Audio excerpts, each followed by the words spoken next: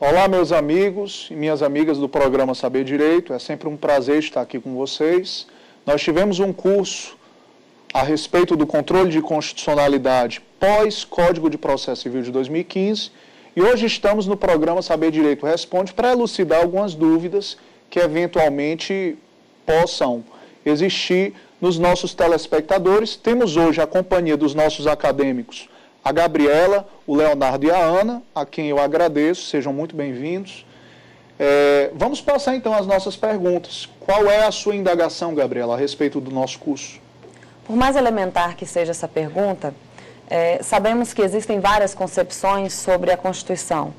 A política, a sociológica. E eu gostaria de saber qual é a sua opinião sobre a Constituição, a sua concepção. A sua pergunta é muito interessante, porque, de fato, a doutrina controverte, né? Carl Schmitt vai falar em concepção política, Ferdinand Lassalle numa concepção sociológica, Conrad Hesse numa concepção jurídica, alguns vão falar em uma concepção culturalista, que é a que eu menos gosto, já que a pergunta foi pessoal. Eu não gosto de ver a Constituição como um quadro, como um livro, como uma poesia. Eu não gosto dessa visão culturalista da Constituição. E também não simpatizo muito com a visão sociológica, que se pretende realista. Ferdinand Lassalle diz que quando a Constituição não espelha os fatores reais de poder, ela não passa de uma folha de papel. É uma espécie de visão prática, digamos assim, que ele tentou formular no século XIX, raciocinando em cima da Prússia. Particularmente, Gabriela, eu gosto da concepção jurídica. A minha lupa, a minha lente de compreensão do direito é uma lente jurídica. Para mim, a Constituição é uma lei que deve ser obedecida, uma lei que atribui fundamento de validade a todas as demais normas do ordenamento jurídico. E uma lei que, no momento em que não corresponder mais aos anseios daquela sociedade, pode ser, sim, substituída por outra. Não vejo problemas nisso, mas a minha forma de compreender a Constituição é estritamente jurídica e nada mais. Leonardo, alguma indagação sobre o nosso curso? Muitas vezes, o entendimento a respeito de determinada norma é alterado sem que haja qualquer alteração no texto daquela norma. Qual a opinião do senhor a respeito do fenômeno da mutação constitucional? Olha só, obrigado pela sua participação. O fenômeno da mutação constitucional, como o Leonardo explicou muito bem, ele consiste na alteração de uma interpretação, embora o texto não se altere.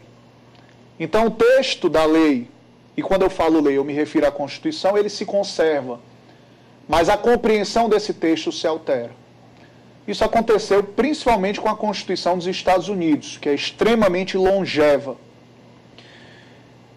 Eu vejo com reservas, porque se por um lado a sociedade muda, e a Constituição precisa acompanhar a dinâmica dos fatos sociais. Por outro lado, tenho que a vontade do Constituinte deve ser respeitada. Não se pode, a pretexto de se estar diante de uma mutação constitucional, romper com o quadro, com o limite da norma. Eu entendo que a Constituição ela tem uma ductibilidade, ela tem uma maleabilidade, além da qual ela pode romper. Fala-se, por exemplo, em programa da norma. Se a intenção é defender a existência de uma mutação constitucional, tudo bem, desde que ela não extrapole dos limites dessa norma jurídica. Eu acho que isso tem que ser respeitado, porque, mais uma vez, eu repito, Leonardo, se por um lado a Constituição deve acompanhar a dinâmica social, por outro lado nós devemos nos curvar perante a Constituição, porque ela foi a decisão sufragada pelo poder constituinte. Então, eu acho sim que devemos respeitar o espírito da Constituição. No caso do Brasil, da Constituição de 88. Existe um conflito entre cláusula pétrea e democracia? A sua pergunta não poderia ser mais pertinente, porque ela, inclusive, tem um ponto de contato com a pergunta do Leonardo. Quando você indaga se há conflito entre cláusula pétrea e democracia, ao fim e ao cabo, o que estamos a enfrentar é exatamente essa dicotomia constitucionalismo e democracia. O ministro Joaquim Barbosa, que de ótimos préstimos para o Supremo Tribunal Federal e para o nosso país, ele tinha uma frase muito interessante a respeito da sua indagação. Ele dizia que cláusula pétrea tem que ser interpretada restritivamente. Por que restritivamente? Porque, em último caso, a cláusula pétrea ela está acorrentando as gerações vindouras. Porque, certamente, alguns constituintes de 5 de outubro de 88 já não estão mais entre nós. Por que devemos viver consoante a escolha dos nossos antepassados? Por que os mortos, nem todos, obviamente, devem influenciar tanto na vida dos vivos? Essa é a crítica que se faz. A cláusula pétrea, em última análise, ela acorrenta a vontade do povo. Porque o povo pode emendar a Constituição, mas o povo não pode suprimir cláusulas pétreas. Em último caso, a geração de outubro de 88 estaria acorrentando todos os seus descendentes. Então há sim um conflito. Por outro lado, a Constituição é muito clara no artigo 1º, parágrafo único, quando diz que todo poder emana do povo, que o exerce por meio de seus representantes eleitos ou diretamente, vírgula, nos termos da Constituição. Então a soberania popular não é absoluta. Ela deve sim respeitar a Constituição Federal de 88. Quando uma súmula se refere a uma lei, o Congresso é livre para alterar essa lei? Gabriela, a sua pergunta, ela é complexa e eu devo admitir que eu nunca li nada na doutrina ou na jurisprudência, eu estou sendo muito franco, a respeito da sua indagação. O que, evidentemente, não me exime de dar uma resposta com base no meu tino jurídico. Então, aqui, humildemente, eu lhe digo que o que eu vou dizer vai ser um palpite. Eu tenho uma certeza comigo. Não existe lei irrevogável. Não existe lei que o Congresso Nacional não possa revogar. Mesmo que se suscite princípio da vedação ao retrocesso, certo é que não há lei na República que o Congresso não possa revogar. Do contrário, a gente estaria falando de cláusulas pétreas legislativas. Isso não existe. Então, a primeira certeza que eu tenho, Gabriela, é que o Poder Legislativo ele pode revogar qualquer lei e pode elaborar, em princípio, qualquer lei. Eu tenho uma convicção de que, ainda que o Supremo Tribunal Federal edite uma súmula que se refira a uma lei, isso não pode ser traduzido como uma proibição do Congresso Nacional de legislar, senão a súmula feriria a separação dos poderes. Mas eu reconheço que a questão é delicada, porque um problema muito grave pode surgir. Quando o Supremo edita uma súmula que se refere a uma lei, se essa lei é alterada, implicitamente estamos alterando também a própria súmula. Então é como se isso tivesse um efeito colateral. A meu ver, a meu sentir, esse problema teria que ser solucionado não proibindo o Congresso Nacional, mas sim cancelando a súmula se isso se afigurasse necessário. Pergunta difícil que eu nunca vi em canto nenhum. E afinal, como ficou a questão das súmulas depois do CPC de 2015? É outra pergunta delicada. Os nossos acadêmicos estão vindo todos com perguntas muito sofisticadas. As súmulas, depois do Código de Processo Civil de 2015, elas tiveram a sua feição alterada. Tá? Em primeiro lugar, porque seguindo o espírito de coerência, integridade e stare decisis, o legislador do CPC de 2015, inclusive por influência de Lênio Streck, ele aumentou a quantidade de precedentes vinculantes, dentre eles as súmulas.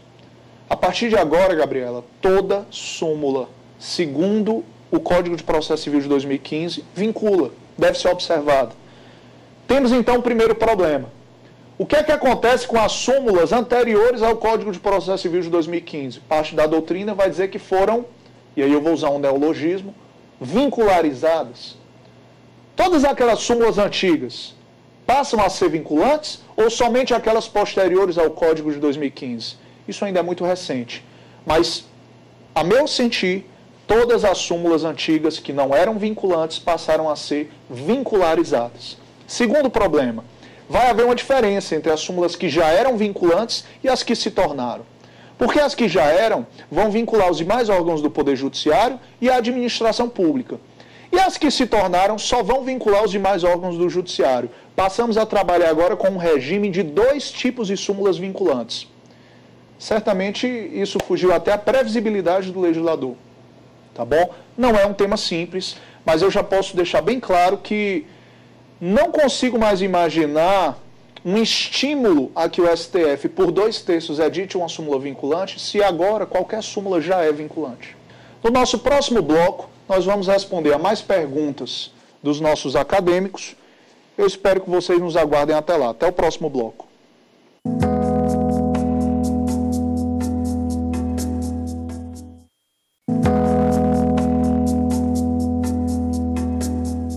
Olá, meus amigos e minhas amigas, mais uma vez, vamos dar continuidade ao nosso programa do Saber Direito. Vocês já me conhecem, eu suponho, e meu nome é Samuel Fonteles, promotor de justiça, professor de Direito Constitucional. Nós estamos agora com os nossos acadêmicos, abrilhantando o nosso programa sobre controle de constitucionalidade pós-CPC de 2015. Estamos, portanto, no Saber Direito Responde, e, sem nenhuma delonga, eu vou passar as dúvidas dos nossos acadêmicos. Pois bem, Ana, você tem alguma indagação? A minha dúvida é qual tipo de ato normativo pode ser objeto de ação direta de inconstitucionalidade?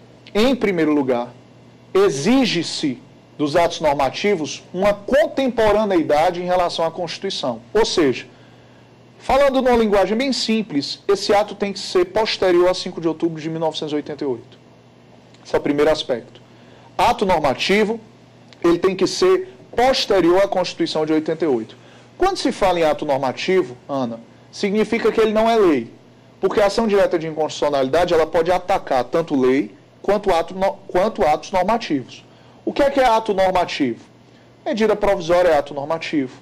Para alguns autores, emenda à Constituição é ato normativo. Um decreto autônomo é ato normativo. Uma norma regimental é ato normativo. São atos que, embora não sejam lei do ponto de vista formal, eles têm densidade normativa suficiente para serem atacados.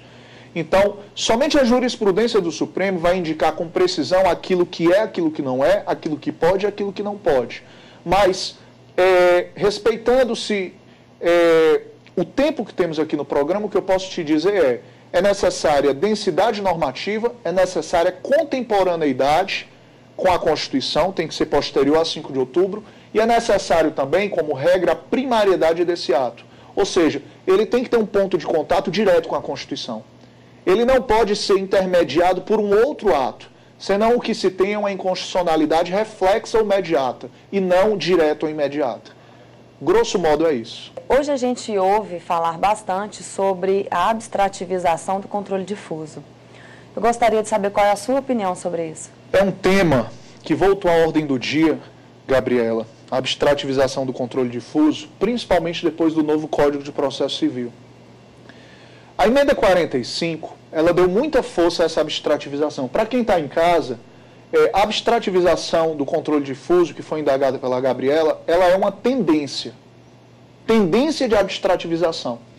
Aquilo que deveria ficar entre mentir ou entre mentir, passa a ficar não mais entre nós, mas entre todos. É como se a decisão que deveria irradiar seus efeitos para autor e ré, ou autora e réu, ela é ampliada para atingir todas as pessoas. Essa é a tendência.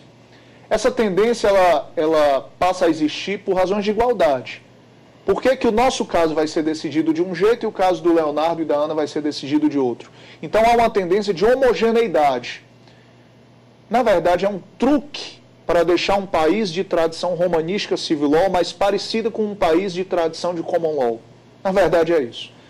Mas a abstrativização do controle difuso, se ela ganhou força com a emenda 45, com a repercussão geral e bastante força agora com o Código de Processo Civil de 2015, de fato, devo admitir, a verdade é que no Supremo Tribunal Federal ela perdeu a força.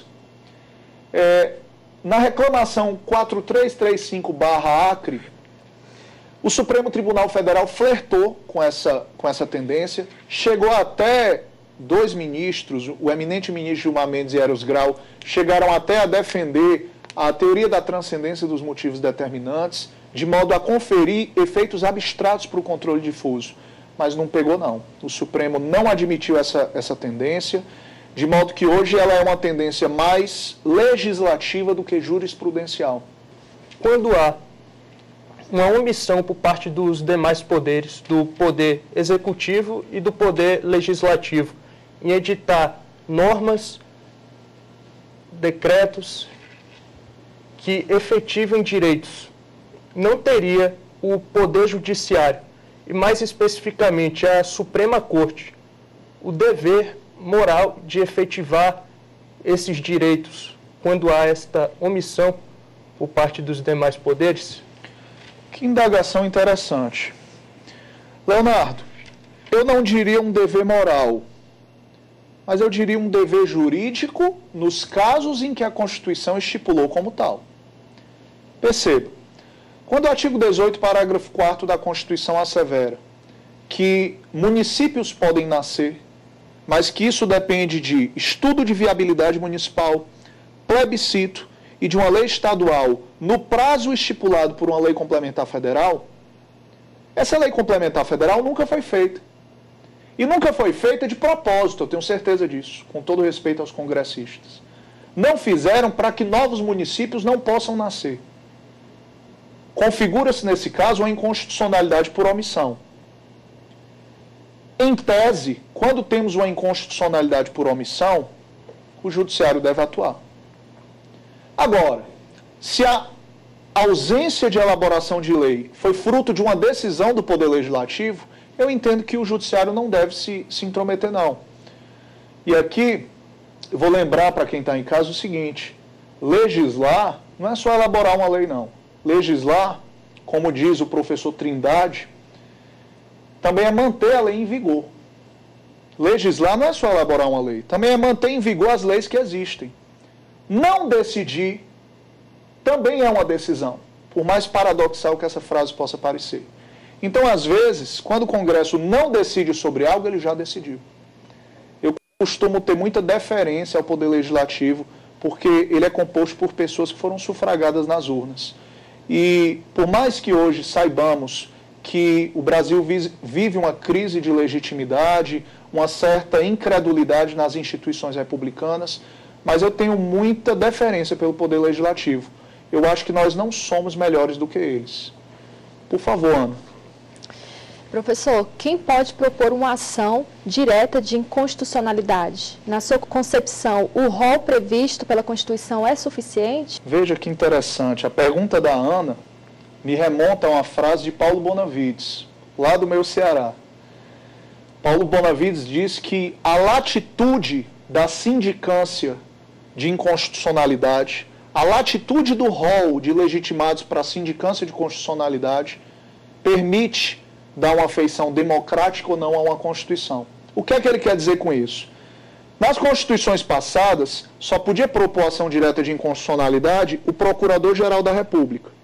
Na Constituição de 88, essa latitude se amplia e você passa a ter no artigo 103 um rol de legitimados muito maior. E aí você me pergunta, é suficiente? É bem mais democrático do que as anteriores. Ana, eu não sei se você sabe, mas em 2010, o ministro Celso de Mello comemorou o fato de ele ter julgado todos os recursos extraordinários protocolizados até dezembro de 2005. Veja que em 2010, os recursos extraordinários de 2005 estavam sendo julgados. O Supremo estava assoberbado. Penso eu, na minha pequena opinião, que se esse rol do artigo 103, Ana, for ampliado, talvez nós não consigamos uma corte constitucional eficiente.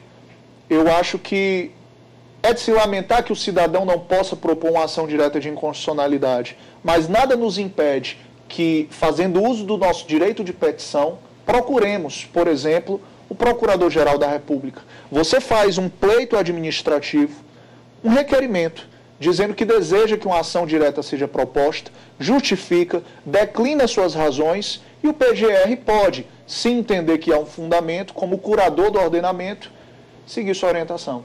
Então, eu entendo sim que é suficiente, talvez não ideal, mas é o que conseguimos hoje. Pergunta muito boa. Vamos lá. Professor, é possível controlar a constitucionalidade da redação original da Constituição? Que pergunta maravilhosa, Gabriela. Dessa especificamente eu gosto muito, porque estamos repletos de fiscais do poder constituinte originário ao nosso redor. Eu quero dizer uma coisa para quem está em casa. Nem tudo que uma Constituição diz é justo. Nem tudo que consta da redação original de uma Constituição é justo. É um erro supor que sim. Eu posso lhe dar um exemplo.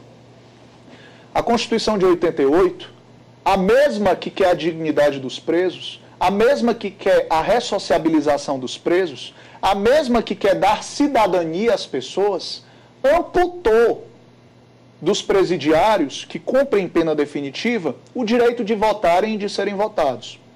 Repare bem, o sujeito está cumprindo uma pena definitiva, Leonardo. Ele não pode eleger e ser eleito. Ser eleito tudo bem, mas ele não pode sequer eleger.